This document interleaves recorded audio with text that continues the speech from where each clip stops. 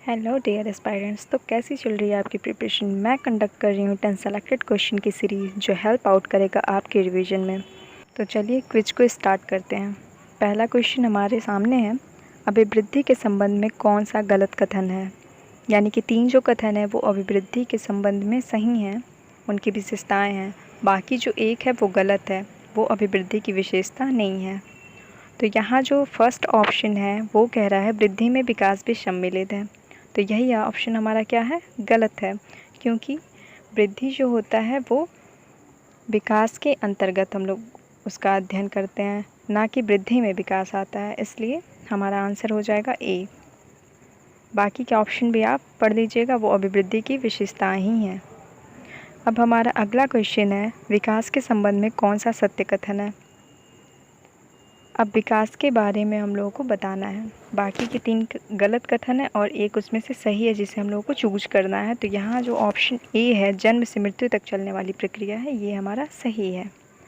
अब बढ़ते हैं अगले क्वेश्चन पे।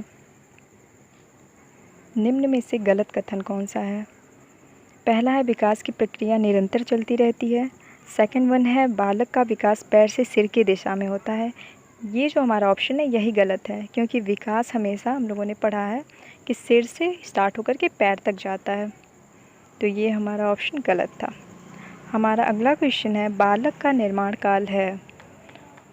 तो बालक का निर्माण काल ऑब्वियसली है कि शैशवावस्था को कहा जाएगा, क्योंकि अगर हम लोग कहते हैं कि बेस मजबूत होता है तो आगे भी हमारा सब कुछ मजबूत होता चला जाता है। अब हमारा अगला क्वेश्चन है, जो ये एक स्टेटमेंट है, मनुष्य को जो कुछ भी बनना होता है वह शुरू के 4-5 वर्षों में बन जाता है। यह किसका कथन है। यानी कि वही बात हुआ, निर्माणकारी अवस्था होता है 4 से 5 वर्ष। तो यहाँ हमारा आंसर आ गया डी, यानी कि फ्रायड का ये स्टेटमेंट है। अगला क्वेश्चन है, 20वीं शताब्दी को बालक की शताब्दी किसने कहा है। एडलर ने, क्रो एंड क्रो ने, स्ट्रैंग ने या गैसल ने। तो यहाँ हमारा आंसर हो जाएगा बी, यानी कि क्रो एंड क्रो ने कहा है। अब हमारा अगला क्वेश्चन है, बाल मनोवैज्ञानिकों ने शिशु में मुख्य रूप से कितने संवेग माने हैं, यानी कि इमोशंस। तो मुख्य रूप से 4 होते हैं, जो इस प्रकार हैं, भय, क्रोध, प्रेम और पीड़ा। यही 4 होते हैं।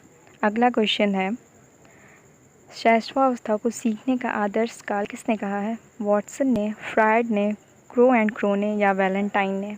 तो जब भी शैशवावस्था के सीखने का आदर्श काल आए तो ये वैलेंटाइन ने कहा है।